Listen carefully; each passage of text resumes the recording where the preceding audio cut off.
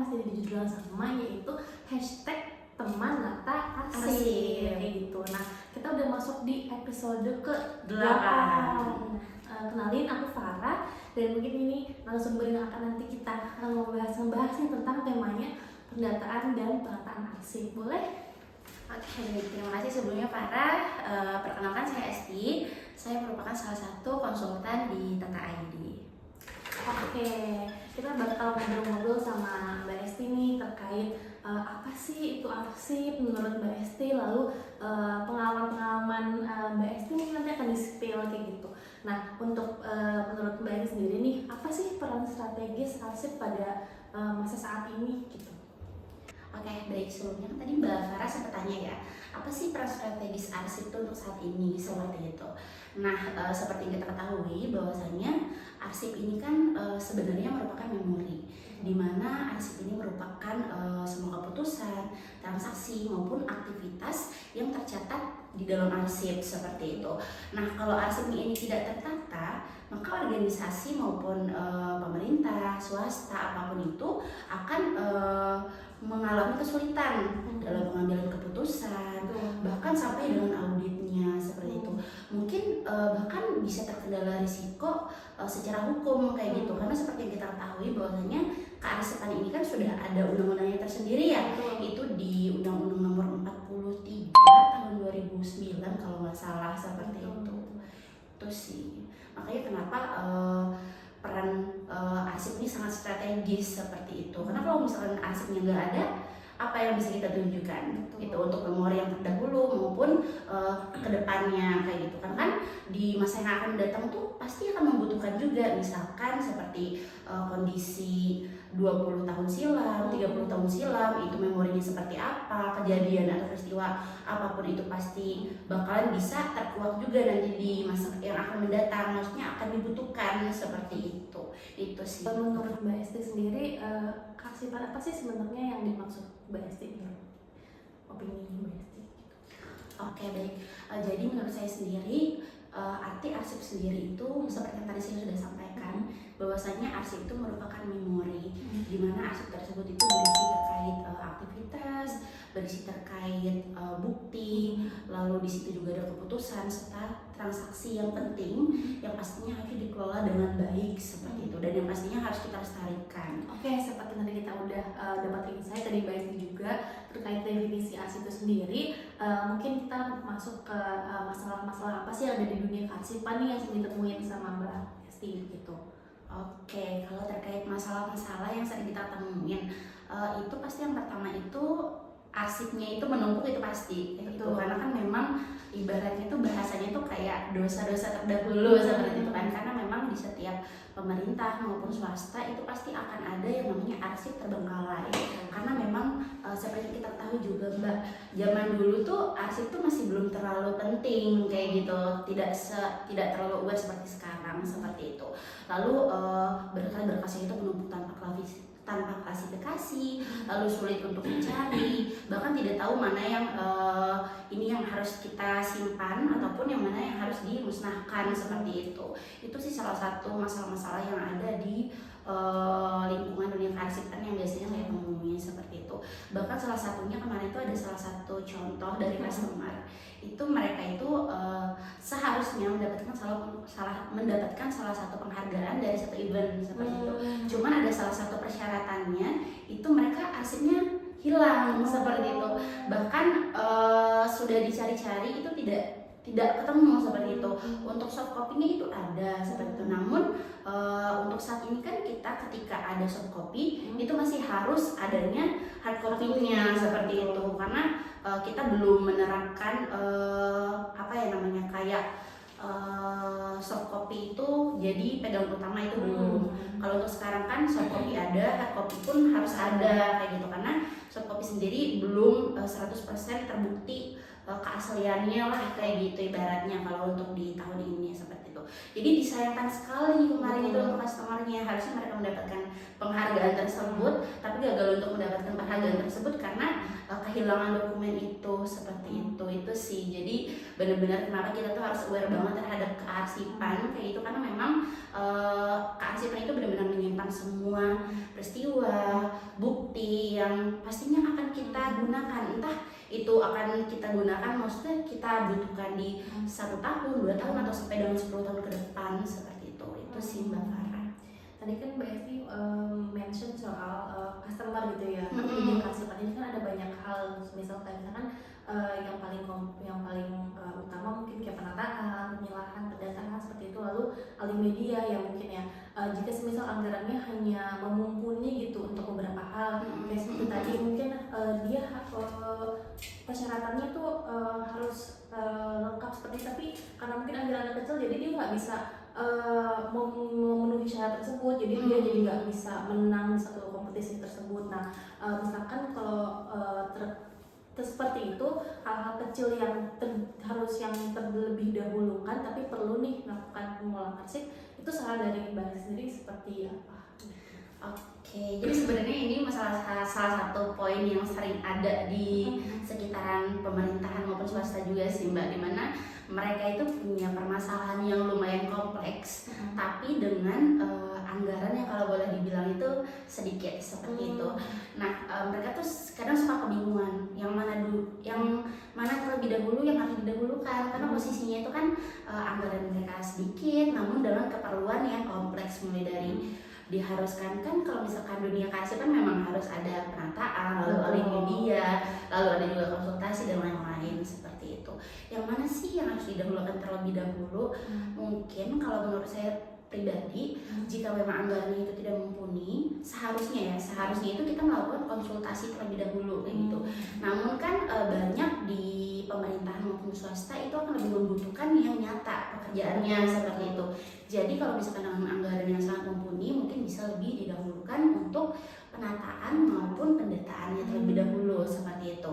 Karena nanti ketika penataan maupun pendataan ini sudah selesai dilakukan dan kita melakukan klasifikasi dan yang lainnya, itu kan nanti akan bisa tersortir sendiri kayak gitu, mulai dari dia itu arsip apa seperti itu, kebutuhannya itu apa, lalu ini dipisahkan juga untuk arsip vital, arsip statis maupun arsip-arsip yang lainnya kayak gitu, sehingga nanti ketika melakukan alih media itu kita bisa langsung tersortir Mbak seperti itu. Kayak misalkan ini ya permanen, sifatnya arsip permanen, harus kita arsipkan, harus kita simpan seperti itu. Jadi kan itu akan meminimalisir anggaran yang dikeluarkan seperti itu. Sedangkan jika kita langsung melakukan alih media sebelum melakukan penataan, itu nanti akan terlalu banyak yang dilakukan alih media, entah itu kopian atau memang itu tidak terlalu penting, yang memang seharusnya dimusnahkan di tahun ini atau di tahun depan harus dimusnahkan, kan itu menjadi salah satu penyebab kenapa anggaran yang jadi menumpuk seperti itu sih Mbak, kalau menurut saya. Kalau tadi kan berarti ada mention terkait Oke, tadi kan ada mention tentang penataan dan pendataannya atau pendataan dan penataan gitu. Nah, itu perbedaannya ada di mana Mbak? Karena menurut saya kan kayak penataan kan pasti ditata, pendataan tuh berarti kayak input data gitu kan, atau gimana? Oke. Ini juga sering banget juga ditanya sama customer sih, apa sih Mbak bedanya antara penataan dan pendataan seperti itu. Sebenarnya ini masih dalam satu jenis yang sama, pendataan dan penataan seperti itu. Penataan itu ada pendataannya, tapi yang membedakan antara penataan dan pendataan ini tuh hanya di pengisian daftar arsipnya seperti itu. Karena posisinya kalau misalkan untuk yang penataan itu kita melakukan pengisian daftar arsipnya itu sesuai dengan per berkasnya saja seperti itu. Sedangkan kalau untuk yang pendataan arsip itu kita akan lebih detail, mulai dari bahkan nomor-nomornya itu akan lebih detail. Kan salah satu contoh untuk dokumen pendataan itu kan salah satunya kayak dokumen kepegawaian seperti itu. Nah, di dokumen kepegawaian itu kita akan catat semua, mulai dari SK pengangkatan, SK ini, KTP, surat ini dan lain semuanya itu akan ada seperti itu. Bahkan dengan nomor-nomornya itu akan secara detail dilampirkan di pendataan tersebut seperti itu. Itu sih yang membedakan, masih dalam satu jenis, tapi hanya pengisian daftar arsipnya akan lebih detail jika dilakukan pendataan seperti itu. Betul. Apalagi kan arsip sendiri kan memang sangat detail ya, misalkan satu dokumen aja itu ada banyak, mulai dari nomor suratnya, Betul. mungkin isinya atau lampiran-lampirannya itu juga Betul. ada banyak kayak gitu. Itu mungkin perbedaannya Betul, tadi, Kak, kalau betul. pendataan lebih spesifik gitu ya, lebih banyak yang di input kayak gitu. Nah kalau misalkan kayak alurnya nih Mbak, apakah hampir sama juga kayak misalkan dimulai dari apa ya, mungkin meeting terlebih dahulu atau kita kayak ke lapangan kayak gitu, apakah ada perbedaan alur-alur antara penataan dan pendataan ini kayak gitu?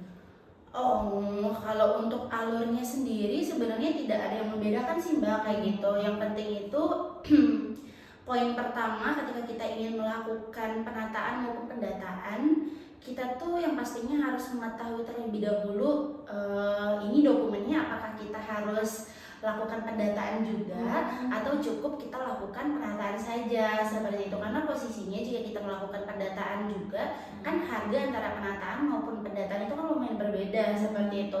Jadi kalau misalkan ini memang harusnya cukup dilakukan penataan, itu tidak perlu dilakukan pendataan saja biar anggarannya pun tidak terlalu menumpuk kayak gitu loh, tidak terlalu besar untuk anggaran pendataannya, sedangkan itu hanya cukup dilakukan penataan saja seperti itu. Hal apa yang harus kita lakukan itu yang pastinya kita harus mengetahui terlebih dahulu mulai dari kondisi arsipnya seperti itu. Kalau misalnya kita mau tahu apa sih yang harus dilakukan untuk penataan maupun pendataan ini, kita harus mengetahui terlebih dahulu kondisi arsipnya itu seperti apa. Apakah ini arsip keuangan ataukah ini arsip kepegawaian yang tadi saya sampaikan. Jika memang dia arsip keuangan, kepegawaian atau arsip biasa itu kan ada ininya sendiri, ada apa sih namanya klasifikasinya sendiri seperti itu. Kalau misalkan untuk pendataan itu biasanya kayak dokumen kepegawaian seperti itu sih yang diperuntukkan untuk melakukan pendataan kayak gitu sih Mbak. Kalau dari pengalaman kalau dari pengalaman BSI sendiri nih tadi kan berarti kita harus tahu nih kondisi fisik dari arsip itu bagaimana, berarti kita harus survei kan. Nah itu tuh setelah survei ini kalau di tata itu gimana sih alurnya gitu, misalkan nih yang nonton atau teman-teman kayak mereka tertarik buat melakukan penataan arsip di kantor mereka atau di instansi mereka kayak gitu. Oh oke. Jadi kalau misalkan memang dari salah satu instansi pemerintah maupun swasta itu sudah setuju kayak gitu ingin menggunakan jasa kita, jasa Tata ID pastinya. Nah itu yang pertama yang bisa dilakukan itu kita minta perizinan terlebih dahulu untuk mengecek volume arsip mereka terlebih dahulu kayak gitu. Misalkan kita mengetahui volume arsipnya itu berapa, lalu jenis arsipnya apa, kondisi arsipnya juga itu seperti apa, apakah dia kondisi arsipnya itu memang sudah tertata, sudah berberkas atau masih menumpuk seperti apa sih namanya baru-balan karung-karung betul gitu ya. Bahkan banyak di beberapa tempat pun yang masih pakai karung Mbak kayak gitu. Jadi benar-benar yang arsipnya itu dimasukkan ke karung kayak gitu. Dan biasanya itu kita hitung itu ada berapa seperti itu. Kalau untuk perhitungan sendiri dasarnya kita tuh pakai meter linier seperti itu. Jadi berapa meter linier, lalu jenis arsipnya itu apa, apakah itu keuangan atau itu perjalanan dinas kah atau itu kepegawaian atau mungkin juga itu merupakan salah satu arsip-arsip sejarah yang mungkin ada nilainya seperti itu kan kita harus melakukan pengecekan terlebih dahulu. Lalu kondisinya tadi yang saya sampaikan kayak gitu. Nah ketika semuanya sudah rampung baru nanti kita bisa memberikan solusi nih ke customernya. Kalau misalkan untuk ini kita bagusnya untuk dilakukan apa, untuk yang ini bagusnya dilakukan apa seperti itu sih Mbak. Kalau untuk langkah-langkah pertama yang harus kita lakukan. Tadi kita udah ngebahas soal definisi arsip, lalu peran strategis arsip seperti apa, lalu dari penataan dan juga pendataan tuh seperti apa, lalu kita bakal nanya ke Mbak ini soal hasil atau outcome-nya itu yang nanti calon pelanggan kita dapatkan tuh apa sih? Nah, itu mungkin bisa dijelaskan dari Mbak Esti. Oke, baik. Kalau untuk hasil sendiri dari penataan dan pendataan itu yang pertama ada daftar arsip Mbak kayak gitu. Dimana daftar arsip sendiri ini tuh merupakan hasil keseluruhan dari penginputan yang sudah dilakukan kayak gitu. Dimana di daftar arsip itu ada uraian berkasnya, lalu ada juga keterangan berapa berkas, lalu ada juga JRA-nya, retensi arsipnya itu udah sampai mana, apakah arsip tersebut sudah usul musnah, usul simpan maupun usul serah seperti itu. Intinya semuanya itu ada di dalam satu berkas tersebut kayak gitu. Nah nanti juga akan mendapatkan fisik maupun non fisiknya. Jadi selain kita dapetin buku daftar arsipnya, nanti juga bakalan dapat Excelnya seperti itu.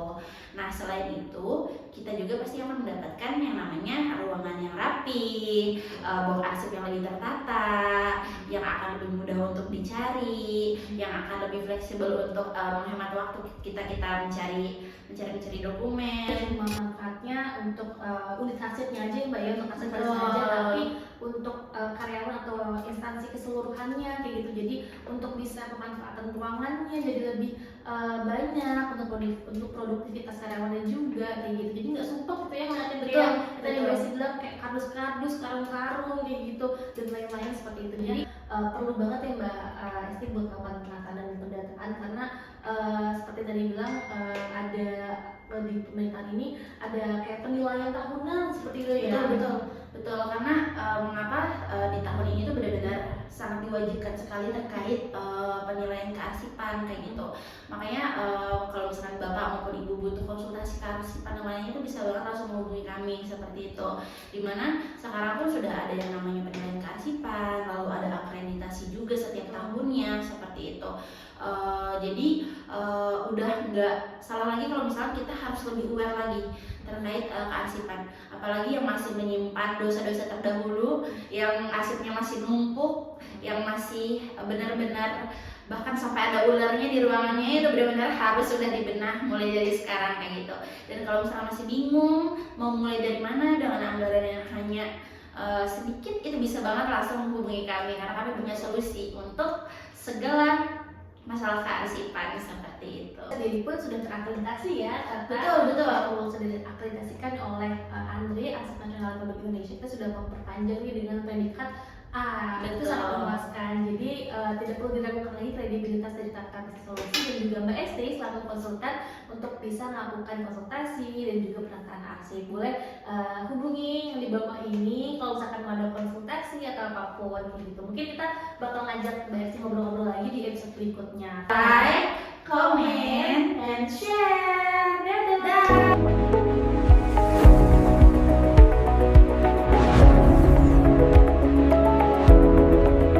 Namanya boleh kenalin? Esti. Maksudnya? Baik. Baik. Bisa nggak sih kita?